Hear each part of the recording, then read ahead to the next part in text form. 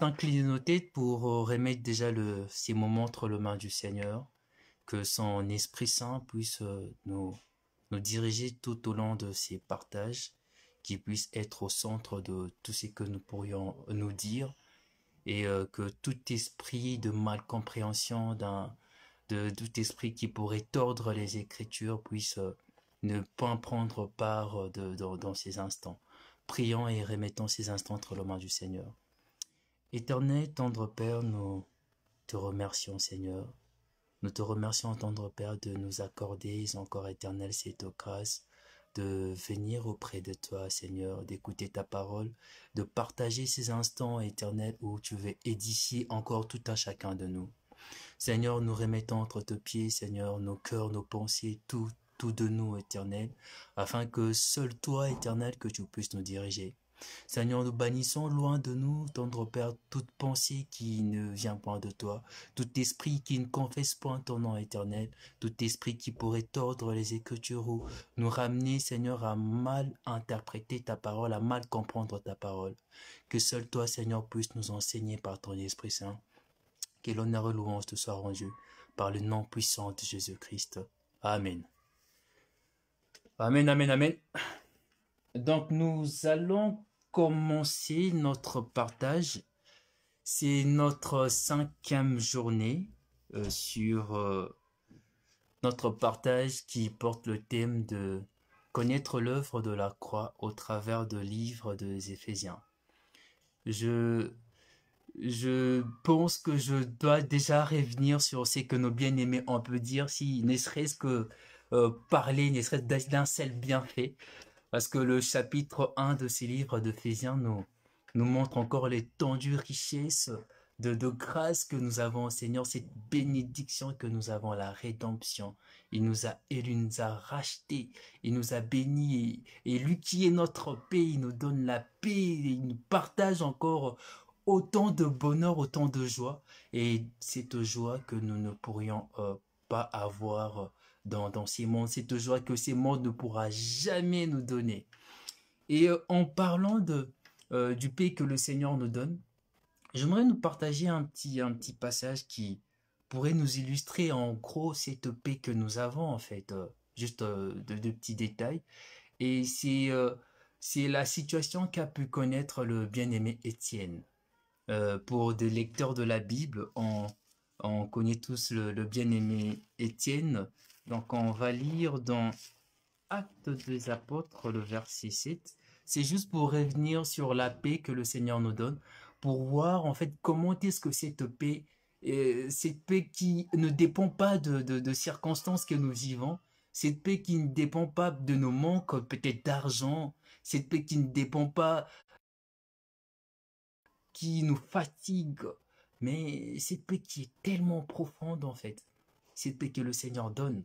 Donc nous allons juste lire Actes des Apôtres, le chapitre 7, le verset 55 jusqu'au verset 60. C'est là, dans ces passages, nous allons aussi comprendre l'un de bienfaits d'être rempli du Saint-Esprit. Le bien-aimé, ils ont pu parler de ça. Et on en parlera encore davantage dans Éphésiens 5, le fait d'être rempli jusqu'à la plénitude, d'être rempli du Saint-Esprit. Donc, lisons Actes des Apôtres, le verset 55 jusqu'au verset 60. Mais Étienne, rempli du Saint-Esprit, et fixant le regard vers le ciel, vit la gloire de Dieu et Jésus debout à la droite de Dieu. Et il dit, voici, je vois le ciel ouvert et le Fils de l'homme debout à la droite de Dieu. Ils poussèrent alors de grands cris, en s'ébouchant les oreilles, et ils se précipitèrent tous ensemble sur lui. Les traînèrent hors de l'asile et les lapidèrent. Les témoins déposèrent leurs vêtements aux pieds d'un jeune nommé Saul. Saul qui est le bien-aimé Paul, qui nous adresse cette lettre des Éphésiens. Je continue la lecture. Et ils lapidèrent Étienne qui priait et disait, reçois mon esprit. Puis s'étant mis à genoux, il s'écria d'une voix forte, Seigneur, ne leur impute pas ses péchés, et après ces paroles, il s'endormit. Retenons déjà cela. On dit, Étienne s'endormit. On ne parle pas du bien-aimé qui était en train d'être lapidé. Les bien-aimés qui étaient dans une situation qui est encore plus alarmante que ce que nous pouvons vivre en fait. Peut-être nous aujourd'hui, peut-être on n'a pas mangé, peut-être on n'a pas eu le transport pour nous déplacer pour aller au travail, peut-être on a de petits bobos, on est peut-être un petit peu malade, mais on nous parle d'un bien-aimé qui s'est fait lapider, alors une mort assez atroce, mais en voyant Christ assis à la droite du Père, assis à la droite de Dieu, oh quelle paix profonde qui envahit son cœur. Oh quelle paix profonde qui envahit son cœur. Et je me dis que dans cet instant-là, son souhait n'était juste que d'être près en fait de Dieu, de vivre cette gloire-là. C'est vraiment une gloire, une grâce tellement immense qu'on ne peut le sonder en fait. Et on nous dit que le bien-aimé s'est endormi. Une personne qui s'est fait lapider. On n'imagine pas la quantité de pierre, la taille de pierre qui est jetée sur la personne. Mais on nous dit qu'il n'est pas mort dans des souffrances atroces. On dit il s'est endormi. Il s'est endormi comme un enfant qu'on berce. Comme un enfant qu'on berce. Oh, une paix qu'on a dans le Seigneur. Le Seigneur est notre paix et cela fait partie de bénédictions que le Seigneur nous accorde. Oui, ça fait partie de ces bénédictions-là. Je voulais quand même revenir là-dessus pour que nous puissions déjà comprendre que la paix que le Seigneur nous donne ne dépend pas du tout de situations que nous vivons en fait. Cette paix est tellement profonde que même lorsqu'on est dans des situations assez compliquées, sa paix est là. Sa paix est là. Sa paix est là. Sa paix là, sa paix ne dépend de rien. Sa paix dépend que de lui en fait. La paix du Seigneur dépend que du Seigneur lui-même. En tout cas, je voulais quand même revenir sur cette bénédiction-là. Et on va passer sur notre partage d'aujourd'hui. Notre partage d'aujourd'hui, c'est Éphésiens 5. Donc, je veux faire la lecture. C'est de Éphésiens 5, de 1 jusqu'à la fin, tout le chapitre d'Éphésiens. Donc, lisons. Devenez donc les imitateurs de Dieu comme des enfants bien-aimés et marchez dans l'amour à l'exemple de Christ qui nous a aimés et qui s'est livré lui-même à Dieu pour nous comme une offrande et un sacrifice de bonne odeur. Que la débauche, ni aucune impurité, ni la cupidité, ne soient pas même nommées parmi vous, ainsi qu'il convient à de saints, qu'on n'entende ni paroles grossières, ni propos insensés ou équivoques, choses qui sont contraires à la bienséance, qu'on entende plutôt des actions des grâces. Car, sachez-le bien, aucun débauché, ou impur, ou cupide, c'est-à-dire idolâtre, n'a d'héritage dans le royaume de Christ et des dieux. Que personne ne vous séduise par de vains discours. Car c'est à cause de ces choses que la colère de Dieu vint sur le fils de la rébellion. N'ayez donc aucune part avec eux. Autrefois, vous étiez ténèbres, et maintenant vous êtes lumière dans le Seigneur. Marchez comme des enfants de lumière. Car le fruit de la lumière consiste en toutes sortes de bonté, de justice et de vérité. Examinez ce qui est agréable au Seigneur, et ne prenez point part aux œuvres infructueuses de ténèbres, mais plutôt condamnez-les. Car il est honteux de dire ce qu'ils font en secret, mais tout ce qui est réprouvé apparaît en pleine lumière, car tout ce qui est ainsi manifesté est lumière. C'est pour cela qu'il est dit, réveille-toi, toi qui dors, relève-toi d'entre le mort et Christ t'éclairera. Prenez donc garde afin de vous conduire avec circonspection, non comme des insensés, mais comme de sages. Rachetez le temps, car les jours sont mauvais. C'est pourquoi ne soyez pas inconsidérés, mais comprenez quelle est la volonté du Seigneur. Ne vous enivrez pas de vin, c'est de la débauche. Soyez au contraire remplis de l'esprit. Entretenez-vous par des psaumes, par des hymnes, par des cantiques spirituels, chantant et célébrant de tout votre cœur le louange du Seigneur. Rendez continuellement grâce à Dieu le Père pour toutes choses, au nom de notre Seigneur Jésus-Christ. Autres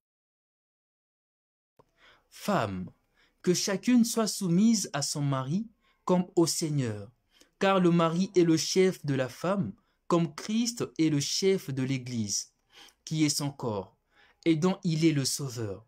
Or, de même que l'Église est soumise à Christ, les femmes aussi doivent l'être à leur mari en toutes choses. Mari, que chacun aime sa femme comme Christ a aimé l'Église et s'est livré lui-même pour elle afin de la sanctifier en la purifiant et en la lavant par l'eau de la parole, pour faire paraître devant lui cette Église glorieuse, sans tache, ni ride, ni rien de semblable, mais sainte et irréprochable. C'est ainsi que le mari doit aimer sa femme comme corps. Celui qui aime sa femme s'aime lui-même, car jamais personne n'a haï sa propre chair, mais il la nourrit et en prend soin, comme Christ le fait pour l'Église, parce que nous sommes membres de son corps.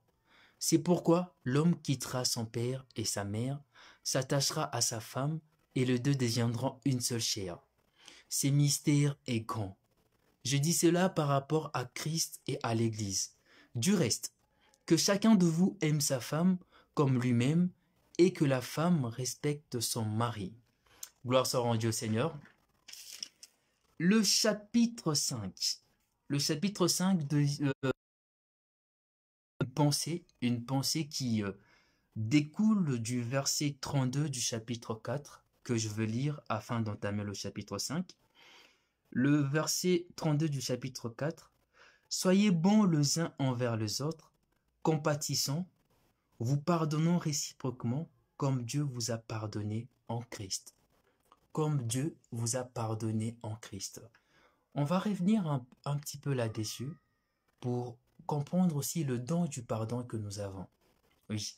Ici, le Seigneur nous demande de nous aimer les uns les autres, de nous pardonner aussi, non pas d'après la graduation du péché, non pas d'après la graduation de la faute que mon ami, mon voisin a pu faire, mais en se rappelant de l'œuvre de la croix, comme Dieu nous a pardonné en Christ.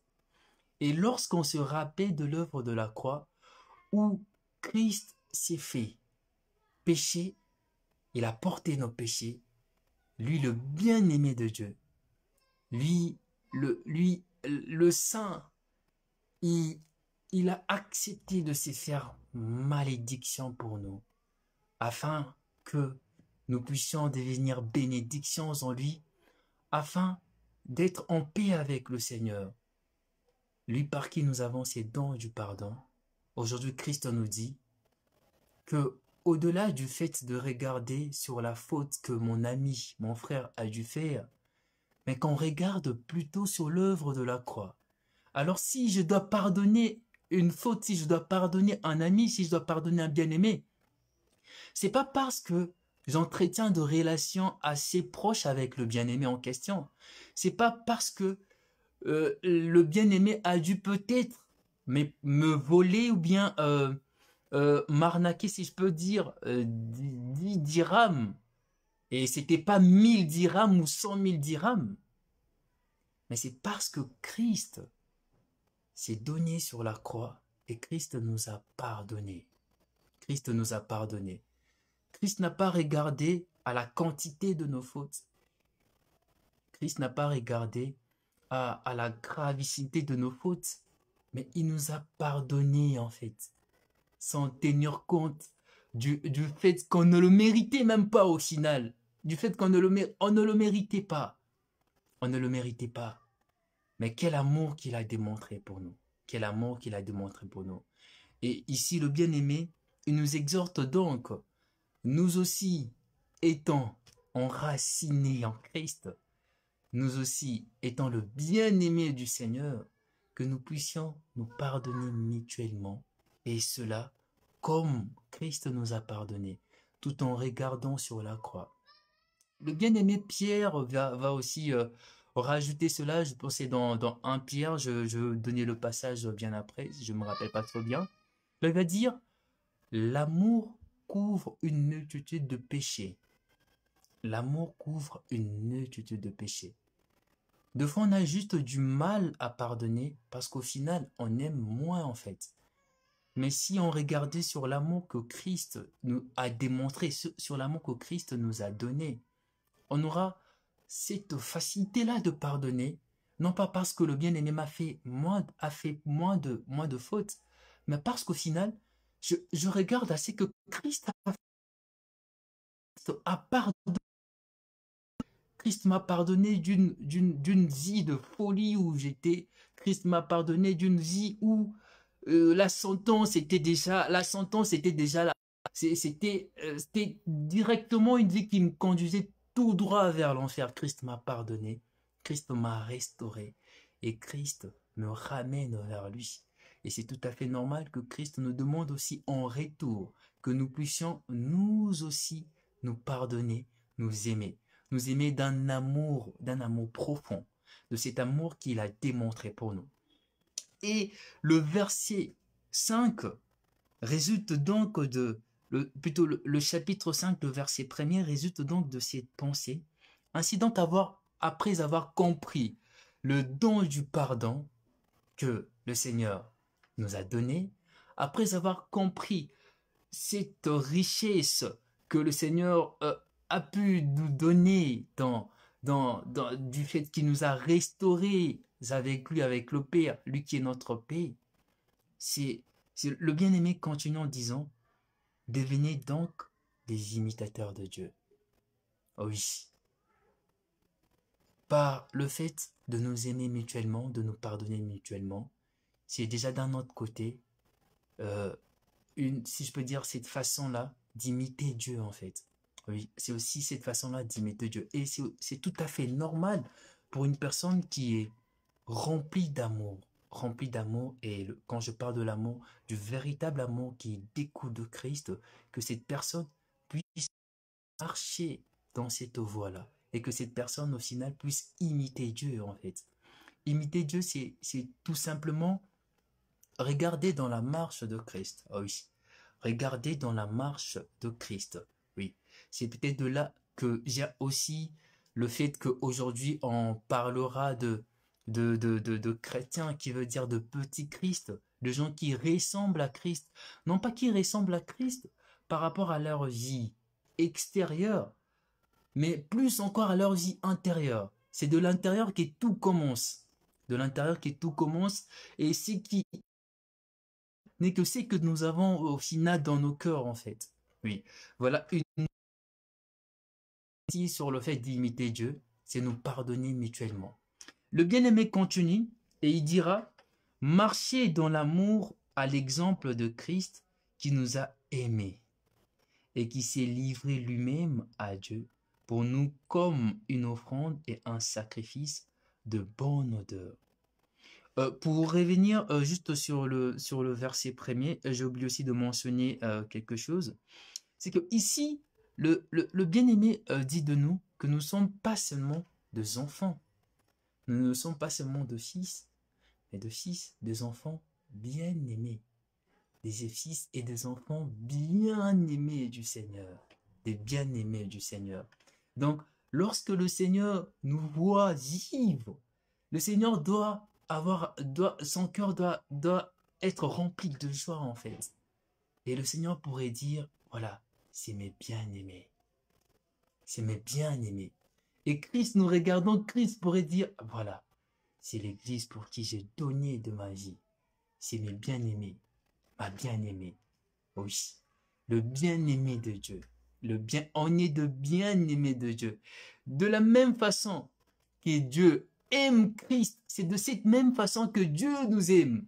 Parce qu'au final, on est caché en Christ, on est en Christ. Donc lorsque Dieu te regarde, Dieu voit Christ. Alors, cela doit nous faire comprendre, cet amour doit couler automatiquement. Cet amour doit couler automatiquement. Oui, le bien-aimé de Dieu. Moi, ça me fait tellement du bien. Il y a souvent de moments où on est perdu dans nos pensées. Et lorsque on lit une telle parole, lorsqu'on lit le livre des Éphésiens avec autant de bénédictions, et on entend encore le Seigneur nous dire qu'il nous a aimés d'un amour tellement profond, qu'on est ses bien-aimés. Ça fait énormément de bien, ça fait énormément de bien. Et à nous maintenant de vivre comme le bien-aimé doit vivre. Et à partir du verset 3 jusqu'au verset 4, oui, on nous parle de choses qu'on ne doit pas retrouver au final dans le bien-aimé. De choses qu'on ne doit même pas énoncer, qu'on ne doit même pas prononcer. Oui, voyons juste ces choses en question. Le bien-aimé va continuer, il va dire sur le chapitre 3, plutôt le verset 3, qu'est la débauche, ni aucune impureté, ni la cupidité, ne soit pas même nommée parmi vous, ainsi qu'il convient à des saints. Ainsi qu'il convient à des saints. Ainsi qu'il convient à des saints. Que la débauche, que la cupidité, que l'impureté ne soit même pas nommé, même pas nommé parmi nous. On est dans un temps où, c'est triste de le dire, mais on doit quand même le savoir, on est dans un temps où le péché, on a tellement simplifié le péché. On ne regarde plus à l'ampleur du péché. On a tellement réduit le péché où une personne qui se donne au vol, une personne qui vole facilement, on dit que c'est une maladie et on doit aller voir un médecin.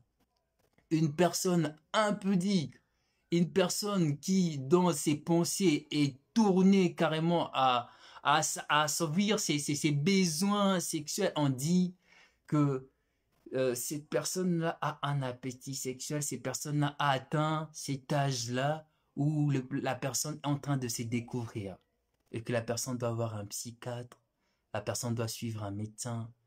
On a tellement simplifié le péché que le Seigneur nous dit, même si on simplifiait le péché, la sentence est là. Peu importe le nom qu'on pourrait attribuer au péché, la sentence reste la même. Un voleur, un cupide, un impudique, un infidèle, la sentence est là. Peu importe la manière dont on va concevoir le péché, la sentence reste la même. Alors le bien-aimé nous parle, nous dit, nous, le Saint, nous, qui confessons le Seigneur Christ, nous le bien-aimé de Dieu, non pas qu'on doit retrouver ces péchés, mais que ces péchés ne doivent même pas être nommés parmi nous. Ces péchés ne doivent même pas être nommés. Ils ne doivent même pas être nommés. Il continue sur le verset 4, il va dire, continue toujours dans tous ces péchés qu'on ne doit pas retrouver chez les saints, chez le bien-aimé du Seigneur. Il continue, verset 4, il va dire, qu'on n'entende ni paroles grossières, ni propos insensés ou équivoques, choses qui sont contraires à la bienséance, qu'on entende plutôt des actions de grâce, qu'on entende plutôt des actions de grâce. Ah oui. Souvent, on se laisse conduire par, je peux dire, par de pensées où on peut peut-être vouloir plaisanter, peut-être vouloir parler avec des frères, avec de bien-aimés, où la plaisanterie va tellement loin.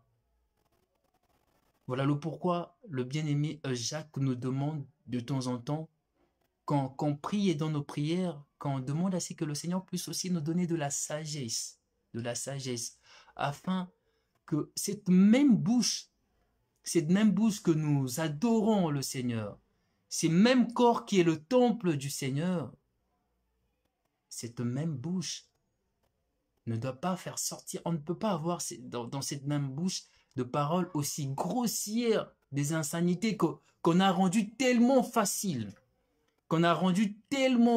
facile, ou je pourrais dire qu'on a francisé, des insanités qu'on a rendues tellement faciles, ou c'est tellement simple. Quand tu es on va te donner juste un exemple, quand tu es au travail, quand tu es à l'école, quand tu es avec de païens, où c'est tellement simple pour eux de s'insulter. Et souvent, on le retrouve aussi entre frères, où le frère voulait peut-être plaisanter et le frère s'élance à, à des paroles grossières, peut-être sans le vouloir comme tel, mais peut-être par question, je peux dire, je voulais dire par habitude, mais je n'aimerais pas dire par habitude, parce que le Saint-Esprit est là. Le Saint-Esprit est là. Quand on reçoit le Seigneur, on devient une nouvelle créature. Et dans ces changements-là, il y a tout. En fait, le cloué sur la croix avec toute parole grossière, avec toute pensée qui nous conduisait à faire de mauvaises choses. C'est vieil homme en question. Ces violents qui sont écloués sur la croix et forcément, nous devions nous efforcer à ne pas laisser la chair nous conduire à nourrir ces vieils hommes qui s'est nourri par la convoitise, qui s'est nourri peut-être par notre vie passée, ou peut-être dans notre marche, on avait cette habitude-là de, de, de sortir de paroles qui ne sont pas assez bonnes, où on ne prenait pas en compte la valeur de ces paroles. Mais là maintenant, étant le bien-aimé du Seigneur, étant enraciné avec Christ, étant restaurés avec le Seigneur, à nous maintenant de contrôler ce que nous devions dire, de contrôler ce que nous devions faire. Et c'est même ce que le Seigneur va dire à Jérémie. Donc on va juste lire Jérémie vite fait. Je vais chercher juste le passage. Veuillez juste patienter un petit moment. Celui qui pourrait trouver le passage pourrait nous le donner. Là où le Seigneur va dire à Jérémie, je pense que c'est Jérémie 19. Là où le Seigneur va dire à Jérémie, si tu sépares ce qui est vil de ce qui est précieux, tu seras ma bouche. Voilà. Donc, c'est Jérémie plutôt. Jérémie 15, le verset 19. Je vais lire. C'est pourquoi ainsi parle l'Éternel. Si tu te rattaches à moi, je te répondrai, et tu te tiendras devant moi. Si tu sépares ce qui est précieux de ce qui est vil, tu seras comme ma bouche. Si tu sépares ce qui est précieux de ce qui est vil. Donc, il y a cette action où c'est nous-mêmes qui devons, en fait, au final, être conduits par le Saint-Esprit, parce que le Saint-Esprit est là pour nous convaincre. Mais nous-mêmes devons faire ces devoirs-là, en fait, où on doit nous efforcer à séparer ce qui est précieux, toute parole toute parole grossière, toute parole qui n'édifie pas, séparer ce qui est précieux de ce qui ne l'est pas, afin que le temple du Seigneur que nous sommes, afin que cette bouche que le Seigneur utilise pour ramener ce qui ne sont pas dans le Seigneur, puisse être vraiment un instrument du Seigneur. Oui. Le bien-aimé continue donc, le verset 5, « Car, sachez-le bien, aucun débauché ou impur ou cupide, c'est-à-dire idolâtre, n'a d'héritage dans le royaume de Christ et de Dieu. Que personne ne vous séduise par de vains discours, car c'est à cause de ces choses que la colère de Dieu vient sur le fils de la rébellion. Du verset 5 au verset 6, le bien-aimé, je peux dire, va nous ramener à nous faire comprendre que le royaume de Dieu est un royaume de sainteté. C'est un royaume de sainteté. Il ne dit pas que les débauchés ou des cupides viendront devant Christ, tout comme prendre la couronne bien par rapport aux œuvres qu'ils ont. Bon, quand je parle de débauché ou cupide, je parle beaucoup plus restant dans le contexte d'une personne qui professe le Seigneur, d'une personne qui professe le Seigneur de sa bouche. Il ne dit pas que les débauchés ou le cupide, cette personne qui se dit professer le Seigneur et vivre dans une vie de cupidité ou bien dans une vie de débauche, viendra au final devant le Seigneur pour prendre, je sais pas, pour prendre de couronne. Non, il dit que cette personne n'a pas d'héritage. Cette personne n'a pas d'héritage. Tu aurais beau confesser le nom du Seigneur, mais si dans ta vie tu es attaché à la débauche, à la cupidité, à l'impureté, tu n'as pas d'héritage. Tu n'as pas d'héritage. Oui, tu n'as pas d'héritage.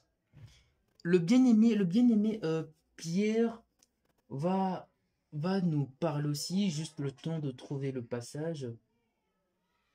Il va nous parler dans...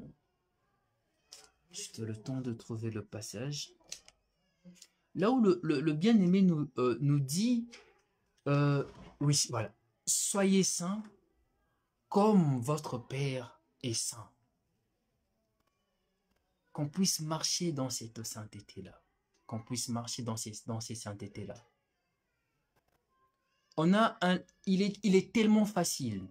Et c'est vraiment un langage qui est facile, qu'on peut retrouver partout. Et qui est vrai. Que Dieu est amour. On a un Dieu qui est amour, qui est même la personne de l'amour. Mais c'est aussi rare d'entendre que Dieu est... Dans Dieu, il y a la sainteté. Dans Dieu est vrai. On a mis en avant l'amour de Dieu, sans pourtant entrer en profondeur de la définition même de cet amour. On ne peut pas dissocier la sainteté dans l'amour de Dieu. On ne peut pas dissocier cela. Le Seigneur nous dit quoi? Que celui qui m'aime puisse mettre ma parole en pratique. Qu'est-ce que nous dit sa parole? Soyez saints comme il est saint. On ne peut pas dissocier la sainteté de l'amour de Dieu. Donc, on aurait beau dire que Dieu est amour, Dieu est amour. Et si on reste dans de mêmes péchés, si on reste dans de mêmes fautes, si notre vie est de professer avec la bouche que le Seigneur est saint, mais que nous, dans le secret, on reste dans la cupidité, dans la débauche, dans tout ce qui est mal, ben, on n'a pas d'héritage. On n'a pas d'héritage. On n'a pas d'héritage. Dieu est amour et dans la définition de l'amour de Dieu, Dieu est saint. Dieu est saint. On sert un Dieu qui est saint et il nous demande d'être ses imitateurs, de l'imiter. Comme il est saint, il nous demande aussi de l'être, d'être aussi saint. Voilà. Donc, nous continuons la lecture. Le bien-aimé va continuer, va dire que personne ne vous séduise par de vains discours, car c'est à cause de ces choses que la colère de Dieu vient sur le fils de la rébellion. Hier, sur le partage avec le bien-aimé, il nous a parlé d'une tendance qu'on retrouve actuellement. C'est la tendance de coach. Oui, c'est la tendance de coach. C'est triste parce que, au final, le Saint-Esprit qui est censé être notre coach, des bien-aimés que le Seigneur a mis à notre disposition pour que nous puissions nous enseigner mutuellement, comprendre, le bien-aimé que le Seigneur a mis devant nous, le pasteur des enseignants, on ne considère plus cela. on s'est laissé entraîner par des coachs, mais qui nous enseignent quoi? Qui nous enseignent de travailler sur nous-mêmes. Travaille sur toi. Tu dois travailler sur toi. Travaille sur ton cœur. Travaille sur tes choses. Travaille sur toi. Au final, sans même s'y rendre compte, en fait, on devient égoïste. Excusez-moi d'utiliser le terme. On devient égoïste spirituel. Égoïste spirituel. Parce qu'au final, on veut tellement travailler sur nous-mêmes. Et même lorsque tu te mets à prier pour un don, ou tu veux prier pour que le Seigneur puisse te donner le don de prophétie, tu pries assez que le Seigneur te donne ces dons de prophétie afin de montrer aux autres que toi aussi tu sais prophétiser.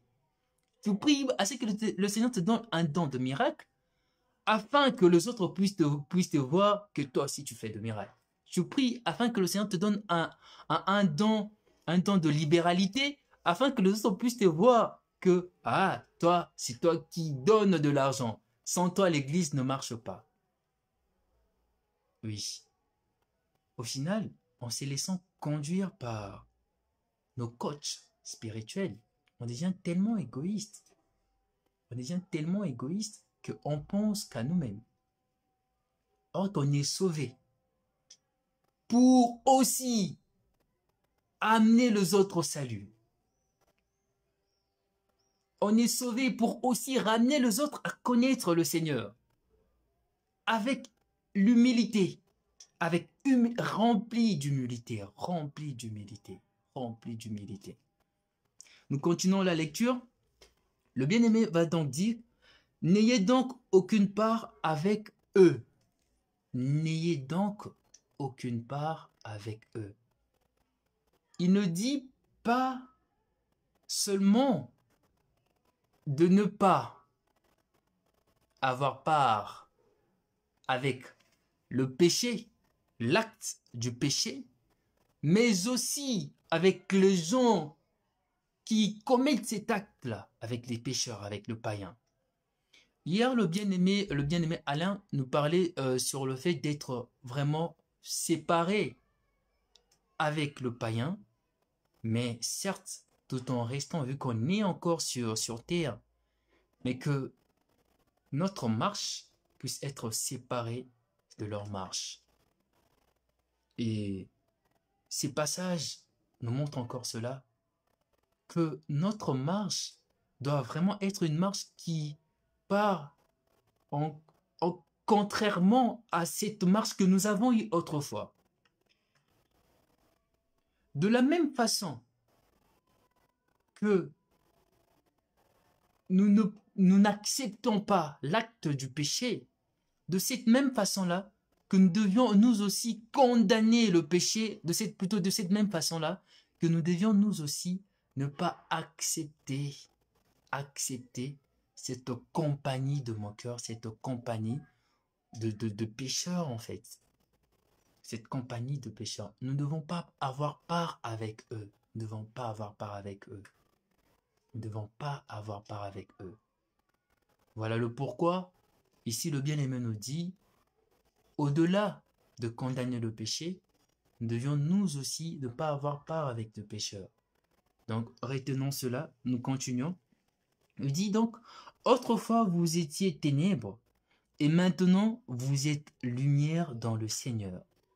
Marchez comme des enfants de lumière, car le fruit de la lumière consiste en toutes sortes de bonté, de justice et de vérité.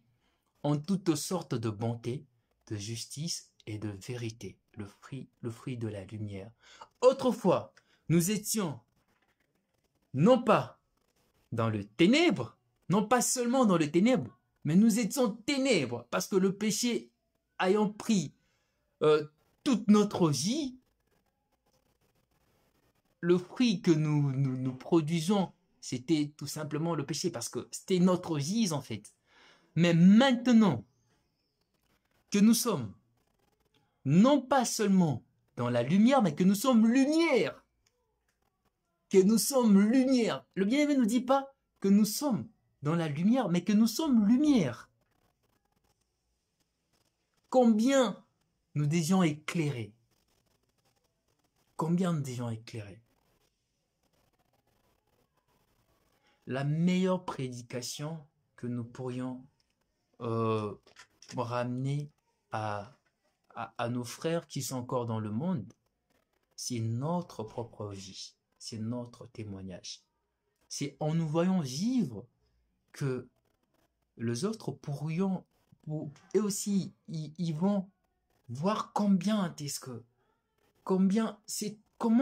cette personne qui est jeune, mais qui ne se donne pas à l'alcool, qui ne donne pas à une vie frivole, qui ne se donne pas à des plaisirs charnels, qui se donne pas à de choses que le païen trouve assez normales. Oui, c'est ça. C'est comme ça que eux doivent, en fait, c'est comme ça que eux doivent se poser des questions. Mais aussi longtemps que le dimanche, tu seras un chrétien, tu chantes de cantiques, tu pries, tu chantes, tu donnes l'offrande, et que le lundi, tu seras retrouvé dans la cupidité, ou bien dans la compagnie de moqueurs, et toi aussi, à te lancer dans de paroles grossières, aussi longtemps qu'on sera ainsi, c'est aussi longtemps qu'on va se conduire dans cette marche-là, qu'on n'espère pas assez que les autres puissent connaître le Seigneur. Qu'on n'espère pas assez que les autres puissent connaître le Seigneur. Deux fois, c'est juste notre propre marche qui bloque, si je peux dire, les autres à venir vers le Seigneur, à accepter le Seigneur. Certes, il y a l'action du Saint-Esprit qui convainc, mais il y a aussi nous qui prêchons par notre marche. Alors, mes bien-aimés, prêchons réellement par notre marche. Prêchons par notre marche. Que tout ce qui est cité à partir du verset 3 jusqu'au verset 4, qu'on ne le trouve pas en nous. Qu'on ne le trouve pas, même pas nommé en nous. Qu'on ne le trouve pas, qu'on l'entende même pas. Qu'on ne l'entende pas. Et s'il faut qu'on puisse peut-être être haï, qu'on puisse être haï pour le Seigneur. Pour la vérité. Pour la vérité. Le bien-aimé continue, il dit et ne prenez point part aux œuvres infructueuses de ténèbres, mais plutôt condamnez-les. Ça rejoint le verset 7 que nous avons lu. N'ayez donc aucune part avec eux. Car il est honteux de dire ce qu'ils font en secret. Mais tout ce qui est éprouvé apparaît en pleine lumière, car tout ce qui est ainsi manifesté est lumière. Car tout ce qui est ainsi manifesté est lumière. Rempli du Seigneur, rempli de la croix du Christ dans nos cœurs, c'est que nous pourrions juste manifester à l'extérieur, ce n'est que la croix du Christ. C'est même pour cela que le bien-aimé Paul, en écrivant aux Corinthes, il va leur dire qu'il n'a rien voulu au milieu d'eux, que Christ est Christ crucifié, que la croix de Christ au milieu d'eux, que la croix du Christ au milieu d'eux. Il va encore pousser plus loin, il dira encore, si ce n'est que dans cette vie que nous espérons. Si c'est bon, je vais lire le passage pour pas tordre les captures, je veux lire le passage. C'est dans 2 Corinthiens 15.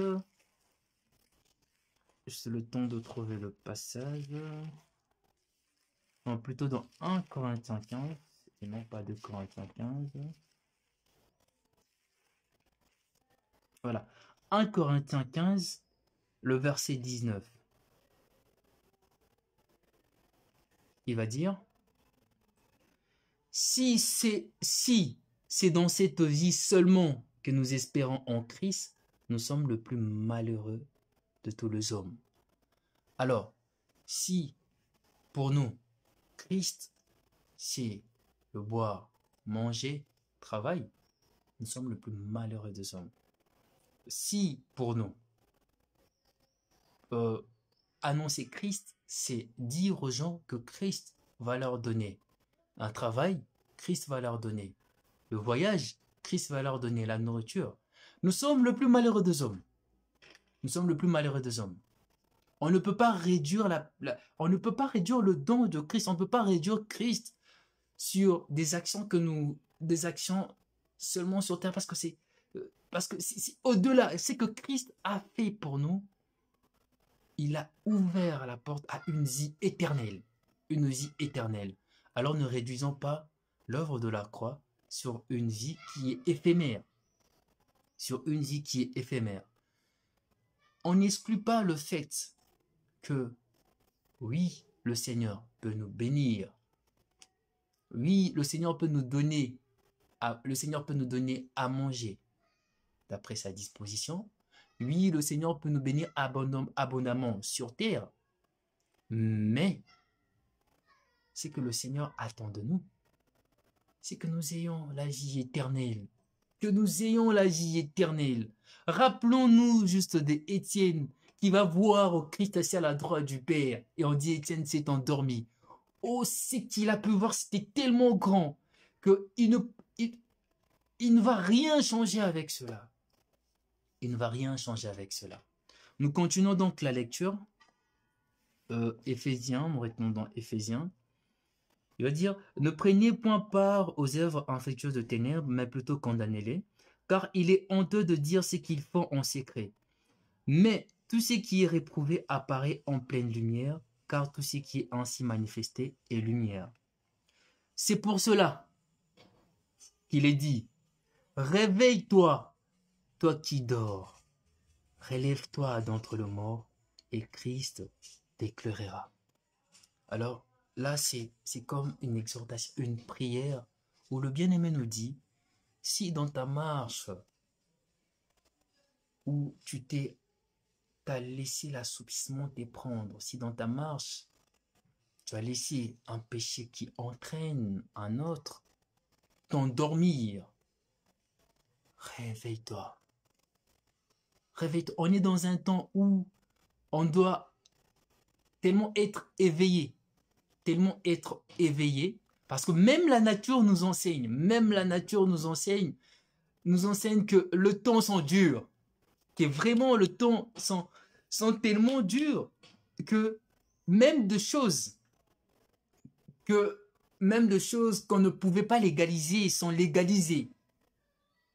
Même de choses qu'on ne pouvait pas légaliser sont légalisées, notamment dans des pays où il y a la pédophilie qui est légalisée, dans des pays où il y a l'homosexualité qui est légalisée, dans des pays où il y a tellement de choses que on ne pouvait même pas penser que ça pouvait être légalisé sans légaliser.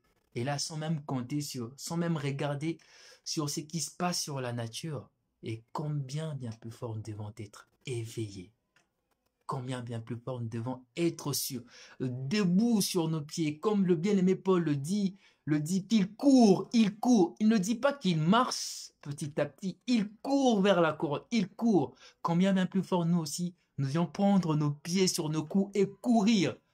Marcher de telle façon à être digne de cette grâce, marcher de telle façon à plaire au Seigneur. Oui, marcher de telle façon à gagner la couronne de vie. Nous continuons la lecture. Prenez donc garde afin de vous conduire avec circonspection, non comme des insensés, mais comme de sages. Ça rejoint l'exhortation du bien-aimé Jacques qui nous demande si on trouve en nous qu'il nous manque de sagesse, n'hésitons pas vraiment de demander de la sagesse. Parce qu'on est dans un temps où on a besoin de la sagesse. On a vraiment besoin de la sagesse. Rachetez le temps car le jour sont mauvais. Voilà. Rachetons le temps car le jour sont vraiment mauvais. C'est pourquoi ne soyez pas inconsidérés, mais comprenez quelle est la volonté du Seigneur. Ce qui plairait au Seigneur, c'est de ne pas, c'est pas seulement de venir faire son œuvre. Si peut-être on est dans l'œuvre du Seigneur, on est choriste, on est chantre, venir comme on vient un dimanche pour chanter. Mais ce qui ravit le cœur du Seigneur, c'est qui donne encore plus de joie à notre Seigneur, c'est de faire son œuvre d'après sa volonté, d'après ce qu'il dit, d'après ce qu'il attend de nous, d'après sa volonté. Et c'est ce qui plaira au Seigneur. Alors, lorsqu'on est dans l'œuvre du Seigneur, ne regardons pas seulement à la tâche que nous devions faire, mais recherchons premièrement la volonté du Seigneur. Ainsi, étant remplis d'amour, étant et nous aimons avec les autres, et conduits par le Saint-Esprit, il est tout à fait normal que lorsque je veux faire l'œuvre du Seigneur, je ne veux pas déjà premièrement chercher une gloire certaine parce que je ne mérite aucune gloire déjà, mais je veux regarder à la volonté du Seigneur comme de simples instruments, comme de simples instruments. Le bien-aimé Paul nous compare à de l'argile, à de l'argile dont le Seigneur est un potier. Donc, nous sommes vraiment de simples vases plutôt, de simples vases qui n'ont pas de mot à dire. Alors, considérons-nous vraiment comme de simples vases qui, au final, ne sont là que pour faire le bonheur du potier, le bonheur du bien-aimé, le bonheur du Seigneur. Continuons. Ne vous enivrez pas de vin, c'est de la débauche, soyez au contraire remplis de l'esprit. Entretenez-vous par des psaumes, par des hymnes et par des cantiques spirituels, chantant et célébrant de tout votre cœur le louange du Seigneur. L'un de passages, et je le dis avec tristesse parce que, au final, le chapitre 5 d'Éphésiens, l'un de passages que les gens ont pu retenir facilement, et pour justifier une conduite, c'est le verset 8. On nous dit de ne pas nous enivrer, donc je peux au final boire. Moi, je n'aimerais pas m'attarder sur ce verset parce que je me dis que nous attarder sur ce verset, c'est perdre du temps, si je peux dire d'un autre côté. Parce que le livre d'Éphésiens nous apprend tellement de bonté que le Seigneur a mis à notre disposition. Il nous a rachetés, il nous a restaurés, il nous a donné la paix. Nous jouissons d'une joie parfaite dans le Seigneur. Alors, on ne va pas résoudre cette bonté, cette grâce, tout ce que le Seigneur a fait pour nous, à deux questions sur le fait que est-ce qu'un chrétien peut prendre de l'alcool? Le Saint-Esprit est là pour nous éclairer. Et un chrétien, on doit déjà retenir quelque chose. Un chrétien ne vit pas pour lui-même. Un chrétien ne vit pas pour lui-même. Un chrétien vit pour les autres et un chrétien vit pour le Seigneur. Un chrétien vit pour les autres et un chrétien vit pour le Seigneur. Il est certain que le verset nous dit plus clairement qu'on ne doit pas nous enivrer. Et l'exemple qui est donné sur le fait de s'enivrer, c'est l'état d'ivresse où la personne qui est ivre ne se contrôle plus elle-même, où la personne qui est ivre est dans un état où l'ivresse de l'alcool nous conduit à la débauche. Et moi, de mon côté, j'aime toujours dire que l'un de, si je peux dire, et si ça fait partie de mon témoignage, du péché auquel le Seigneur a pu me tirer, c'était l'ivresse. Donc, du coup, si aujourd'hui je ne bois pas, oui, parce que l'alcool n'est pas interdit, parce que le bien-aimé lui-même, le bien-aimé Paul va conseiller au bien-aimé Timothée de prendre de l'alcool, de prendre du vin pour de situations de santé. L'alcool n'est pas interdit, mais rappelons-nous juste que on peut être une occasion de chute pour les autres. Déjà, peut-être une occasion de chute pour les autres. Nous, au Maroc, il y a toute une démarche pour aller acheter de l'alcool. Tu dois avoir de l'argent. Tu dois dépenser de ton transport si tu n'as pas une voiture. Tu dois aller au magasin là on en vend. Et quand tu en achètes, tu dois sortir avec de manière à ce que les autres à l'extérieur ne savent pas que tu as acheté de l'alcool parce que le pays l'interdit, entre guillemets. Il y a toute une démarche que c'est pesant. C'est vraiment pesant. Je préfère dépenser autant d'énergie pour être rempli du Saint-Esprit, chercher la plénitude du Saint-Esprit. Je préfère dépenser autant d'énergie à ce qui va me servir pour cette vie et qui va me garantir le salut. Oui, le bien-aimé va dire, étant rempli du Saint-Esprit, les fruits qui découlent d'être rempli du Saint-Esprit ou l'action qui découle d'être rempli du Saint-Esprit, il nous sera facile de nous entretenir avec de psaumes, par des hymnes, par des cantiques spirituels, chantant et célébrant le Seigneur de tout notre cœur avec de louanges. Avec de louanges.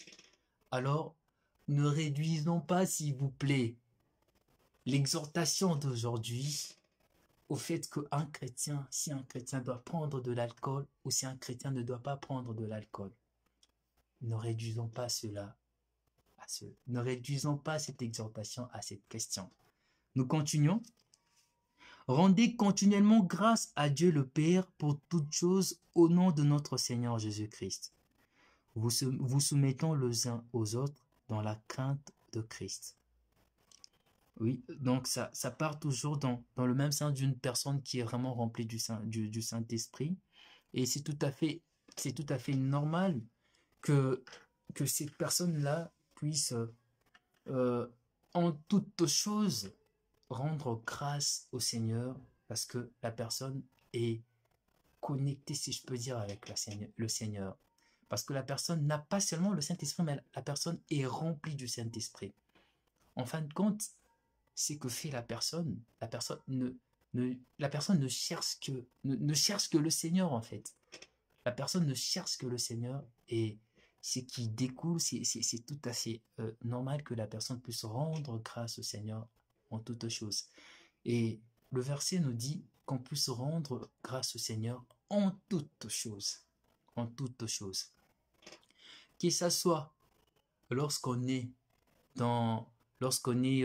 Seigneur nous a bénis, que ça soit lorsqu'on est dans de manque, lorsqu'on est, si je peux dire, attristé, lorsqu'on traverse une situation assez compliquée, lorsqu'on a un cœur qui est peut-être brisé, en toutes choses, nous devions rendre grâce au Seigneur. Et c'est facile pour une personne qui est remplie du Saint-Esprit de le faire. C'est facile pour une personne qui est remplie de l'amour de Christ de le faire. C'est facile pour cette personne de le faire. Nous continuons la lecture. Et le passage qui va suivre, le verset qui va suivre du verset 22 jusqu'au verset 33, le bien-aimé va prendre un exemple qui nous est, qu'on va dire, qui nous est familier, un exemple du mariage pour nous parler de ce que doit être l'Église envers Christ. Et je parle bien de l'Église spirituelle. Je vais y revenir là-dessus. Il va dire, donc je vais faire juste la lecture du verset 22. Il va dire, femme, que chacune soit soumise à son mari comme au Seigneur. Car le mari est le chef de la femme, comme Christ est le chef de l'Église qui est son corps, et dont il est le sauveur. Or, de même que l'Église est soumise à Christ, les femmes aussi doivent l'être à leur mari en toutes choses. Marie, que chacun aime sa femme comme Christ a aimé l'Église. Il s'est livré lui-même pour elle. Donc, je vais déjà entamer cette partie-là. Donc, le bien-aimé nous donne un conseil que je me dis que, que aujourd'hui, la société ne veut pas accepter cela. La société n'accepte pas le fait que la femme doit être soumise à son mari. On nous parle de l'égalité. Le mari est chef, la femme aussi est chef. Si le mari a un mot à dire, la femme aussi a un mot à dire, si je peux dire.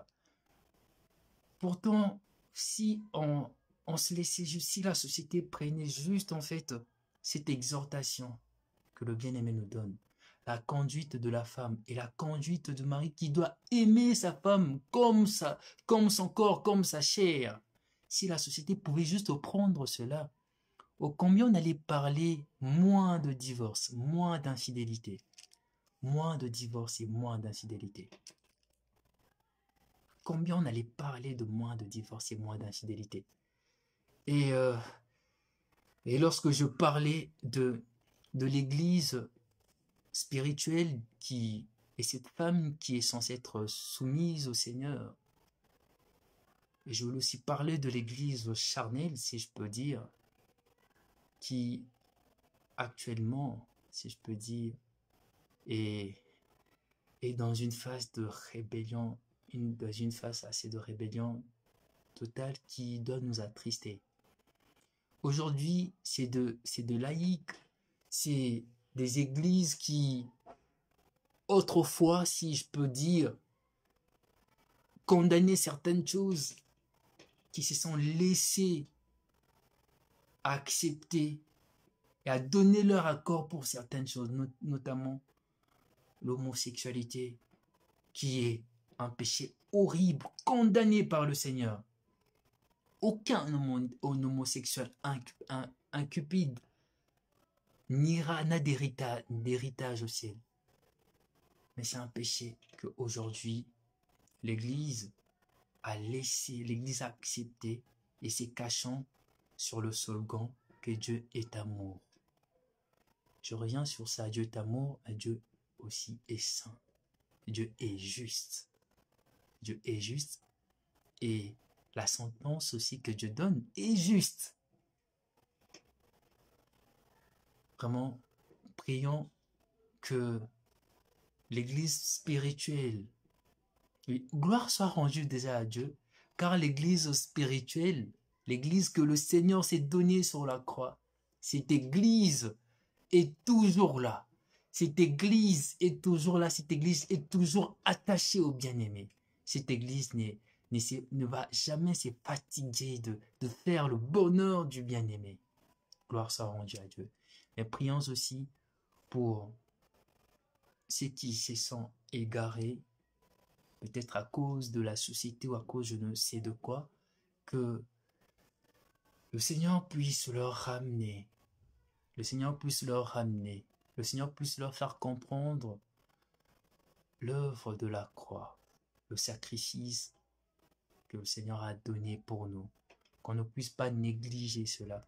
Que cette liberté que nous avons, que nous ne puissions pas nous saisir de cette liberté pour nous lancer dans une vie qui déplaît au Seigneur.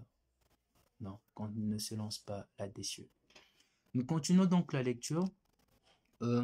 Mais que chacun aime sa femme comme Christ a aimé l'Église. Marie plutôt que chacun aime sa femme comme Christ a aimé l'Église et s'est livré pour lui-même, afin de le sanctifier en la purifiant et en la lavant par l'eau de la parole, pour faire paraître devant lui cette Église, glorieuse, sans tache, ni ride, ni rien de semblable, mais sainte et irréprochable. Si juste le mari, pour mes bien-aimés qui sont mariés, pour mes bien-aimés qui aspirent au mariage, si voilà plutôt l'exemple que nous désions avoir d'une conduite de notre conduite dans le mariage. Ne cherchons pas des exemples de mariage hollywoodien, ne cherchons pas cela. Ne cherchons pas de plus belle la vie, des exemples, ne cherchons pas cela. Voilà l'exemple que nous pourrions avoir.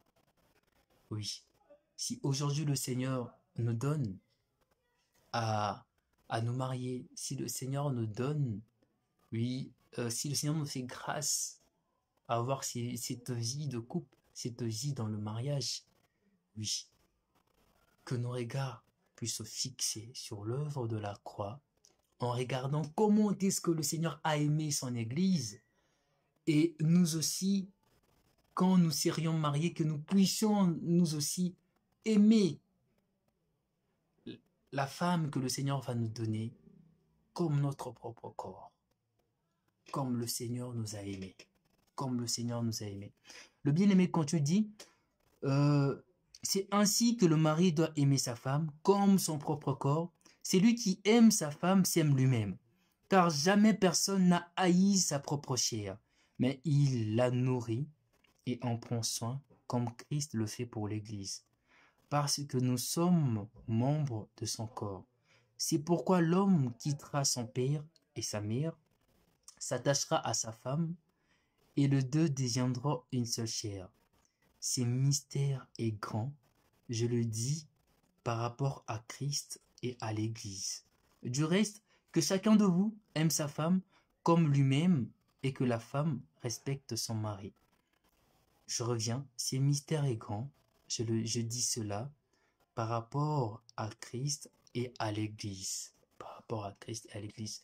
C'est un exemple que le bien-aimé a dû prendre pour nous montrer encore ces mystères ces mystères de cette alliance que Christ a fait Christ qui fait paraître cette église pure, sanctifiée, sans tache, cette épouse sans tache. Et le Seigneur nous dit, c'est ainsi aussi que nous aussi, nous devons vivre pour ceux qui sont mariés, pour ceux qui aspirent au mariage. Qu'est-ce que nous retenons du chapitre 5 d'Éphésiens? Premièrement, nous devions imiter Dieu dans notre conduite. Le Seigneur nous a pardonné, pardonnons-nous aussi les uns les autres. Nous devions nous aimer les uns les autres. On ne doit point trouver en nous toutes des choses qui sont citées dans Éphésiens 5, 3, la cupidité, la débauche, l'idolâtrie. On ne doit pas trouver ces choses en nous. On ne doit même pas nous trouver dans cette assemblée de païens avec de paroles grossières, mais prêchant par notre vie. Soyons non pas seulement dans la lumière, mais soyons cette lumière.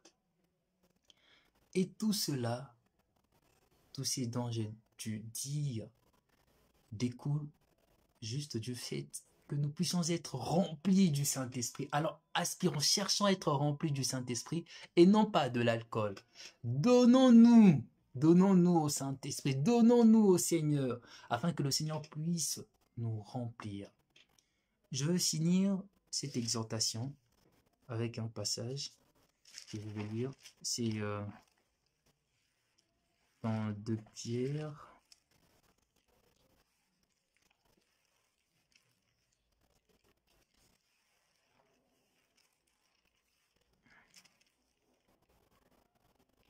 Dans 2 Pierre, 2 Pierre, le chapitre 1, je vais commencer au verset 2.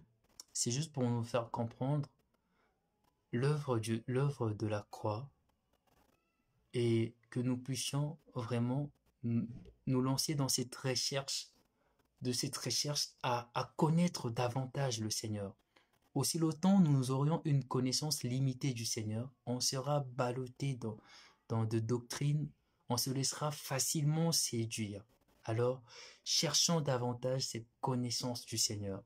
Le bien-aimé nous dit que la grâce et la paix vous soient multipliées par la connaissance de Dieu et de Jésus, notre Seigneur. Que la grâce et la paix vous soient multipliées par la connaissance de Dieu et de Jésus, notre Seigneur. Sa divine puissance nous a donné tout ce qui contribue à la vie et à la piété, au moyen de la connaissance de celui qui nous a appelés par sa propre gloire et par sa vertu. Celle-ci nous assure de sa part le plus grande et le plus précieuse promesse, afin que par elle, vous deveniez participants de la nature divine, en fuyant la corruption qui existe dans le monde par la convoitise. À cause de cela même, faites tous vos efforts pour joindre à votre foi la vertu, à la vertu la connaissance, à la connaissance la maîtrise de soi, à la maîtrise de soi la patience, à la patience la piété, à la piété l'amitié fraternelle, à l'amitié fraternelle l'amour. Car si ces choses sont en vous, et y sont avec abondance, elles ne vous laisseront point oisifs ni stériles pour la connaissance de notre Seigneur Jésus-Christ. Que le Seigneur nous bénisse et s'il y a de questions, on n'hésitera pas de, de répondre selon la grâce que le Seigneur nous donne.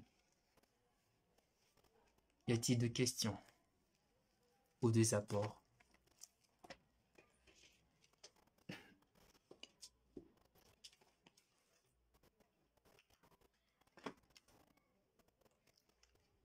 Donc, on va peut-être attendre 5 minutes au cas où il y a de questions ou 10 minutes au cas où il y a de questions.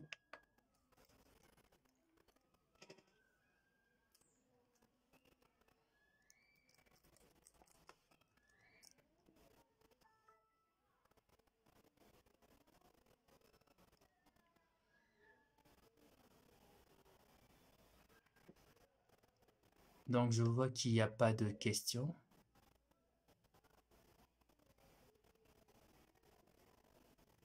Là, il est 21h17. Donc, on va attendre peut-être 3 minutes au cas où il y a de questions. Y a-t-il de questions?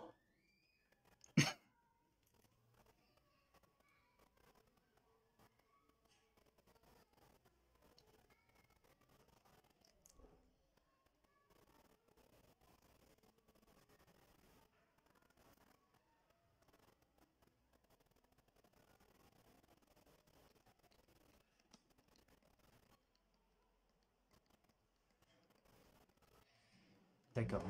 Donc, il n'y a pas de questions. Donc, nous allons incliner nos têtes. Nous allons nous incliner nos cœurs et nos têtes pour déjà dire merci au Seigneur. Merci de nous avoir exhortés, de nous avoir conduits durant ces instants. Et nous allons aussi prier par rapport à ce que le Seigneur a mis dans notre cœur. Recommande aussi l'exhortation de demain entre les mains du Seigneur. Prions. Éternel Dieu de grâce, nous te remercions, tendre Père. Nous te remercions de ce que tu as fait, ce que tu fais pour nous, Éternel. Seigneur, nous voulons donc, Éternel, tendre Père, que c'est que tu nous as enseigné, tendre Père, à nous dépouiller, Seigneur, du géome, à chercher, Seigneur Papa, à te plaire, tendre Père, à chercher à te plaire, tendre Père, à être cette lumière, Seigneur mon Dieu Bora. Nous voulons, Éternel, Seigneur mon Dieu Bora, que nous puissions, tendre Père, Seigneur, oui, Seigneur, marcher en pratiquant cela. Que cela ne reste pas juste de paroles que nous allons emmagasiner, Seigneur, mais que notre vie, Seigneur, mon Dieu Bora, puisse, Seigneur Papa, puisse être une vie où nous prêchons par notre conduite, tendre Père. Nous te prions, Seigneur, pour cette soirée, tendre Père. Oui, Seigneur, garde tout à chacun de nous, Seigneur. Garde tout à chacun de nous, Seigneur. Et nous remettons, tendre Père, le partage de demain entre tes saintes mains, afin que, Seigneur, que tu nous édifies encore davantage. Que l'honneur et louange te soient rendus par le nom puissant de Jésus-Christ que nous avons ainsi prié. Amen. Ah, d'accord. Oh, bon, apparemment, il y a de questions. Le rapport entre le mari et sa femme est-il le même dans un mariage polygame? Bon, bien-aimé, euh, déjà, lorsque le Seigneur va évoquer le sujet, je pense qu'il en parle avec de... Je me rappelle plus trop bien du passage, je pourrais le chercher. Lorsqu'on viendra lui poser la question sur le fait d'une femme qui est mariée à tel, et au final le mari va mourir, qui va prendre son frère, le frère va mourir, et puis qui d'entre eux sera aussi reconnu comme étant son mari? Le Seigneur va dire quelque chose qui est quand même je ne sais pas si un bien-aimé peut trouver le passage, qu'il n'hésite pas de nous donner le passage. Le Seigneur va dire quelque chose qui est quand même crucial. Il va dire que auparavant c'était pas ainsi. Et dans ce passage, le Seigneur nous dit, l'homme quittera et s'attachera à sa femme. L'homme quittera et s'attachera à sa femme. La polygamie fait partie de choses que le Seigneur, si je peux dire, a laissé de la même façon que lorsque Israël voulait un roi, que le Seigneur a autorisé Israël d'avoir un roi. C'est de cette même façon que le Seigneur a laissé assez que, qui est, si je peux dire, la polygamie. Et je le dis d'après ma façon de voir de choses. Donc, ce qui en est de la polygamie, moi, la polygamie, on en parle dans le Nouveau Testament, la polygamie, et dans l'œuvre de Christ, la polygamie ne doit pas y être en fait, si je peux dire. La polygamie ne doit pas y être, si je peux dire. En tout cas, c'est ma façon de voir de choses. C'est vraiment ma façon de voir de choses, parce que c'est aussi clair que ça, l'article est dit, l'homme quittera pour s'attacher à sa femme, on ne dit pas à ses femmes. Donc, je me dis que la polygamie n'a pas sa place, si je peux dire. Donc, la deuxième question, c'est comment de, comment de mariée pratique la femme peut être soumise à son mari? Comment de manière pratique la femme peut être soumise à son mari? Déjà, la femme ne doit pas, je parle par rapport à notre temps actuel, la femme ne doit pas regarder la soumission comme étant un fardeau. Là, actuellement, il y a l'émancipation, il y a tellement de choses que même la définition de la soumission en gros, la femme regarde la soumission comme si la femme était esclave, que le mari va marcher déçu. Non. La soumission, c'est de la même manière que l'Église est soumise à l'Église. L'Église plutôt est soumise à Christ en jouissant du bienfait que le Christ donne. Et là, je parle dans le contexte d'un mari chrétien et d'une femme chrétienne, le mariage chrétien. C'est même pour cela que le bien-aimé nous exhorte que lorsque nous aspirons à nous marier, que nous puissions nous marier avec d'autres chrétiens. Comme ça, on ne va pas passer tout notre temps à prier pour que le Seigneur puisse changer le cœur de mon mari, pour que le Seigneur puisse... Non. On ne va pas passer notre temps à jeûner des jeûnes d'Esther pour qu'au final, le Seigneur puisse changer le cœur de mon mari ou quoi que ce soit. Non. Donc, de manière pratique, la femme doit être soumise avec amour à son mari. Et je parle dans un mariage chrétien où c'est que son mari va demander à sa femme reste vraiment dans le norme de choses. Dans le norme de choses parce qu'au final, sa femme, c'est sa chair, c'est son corps. Donc le mari va pas demander quelque chose d'assez... quelque chose qui sort du contexte biblique à sa femme, si je peux dire. Soumise dans de tâches que la femme doit faire. Et le mari aussi doit aimer sa femme. Et que le mari doit faire de son mieux pour que sa femme puisse paraître comme Christ va faire paraître l'Église resplendissante. Donc le mari doit aimer sa femme au point de la chérir, au point de, si je peux dire, de l'orner. Voilà. C'est vraiment dans ce sens-là. La soumission, qu'on puisse regarder la soumission, non pas avec une définition qui vient avec l'émancipation, non. Qu'on regarde la soumission vraiment comme quelque chose qui découle d'un amour profond. J'aime le Seigneur, alors c'est tout à fait normal que je puisse être soumis à sa volonté. Ma sœur, tu aimes ton mari, c'est tout à fait normal que tu puisses être soumise à ce que ton mari te demande. Je le dis ainsi, j'aspire aussi au mariage, mais on attend la grâce du Seigneur. Voilà. Donc, y a-t-il d'autres questions? Là, je pense qu'il s'agit de problèmes de sémantique liés à l'inexactitude de traduction. Ainsi,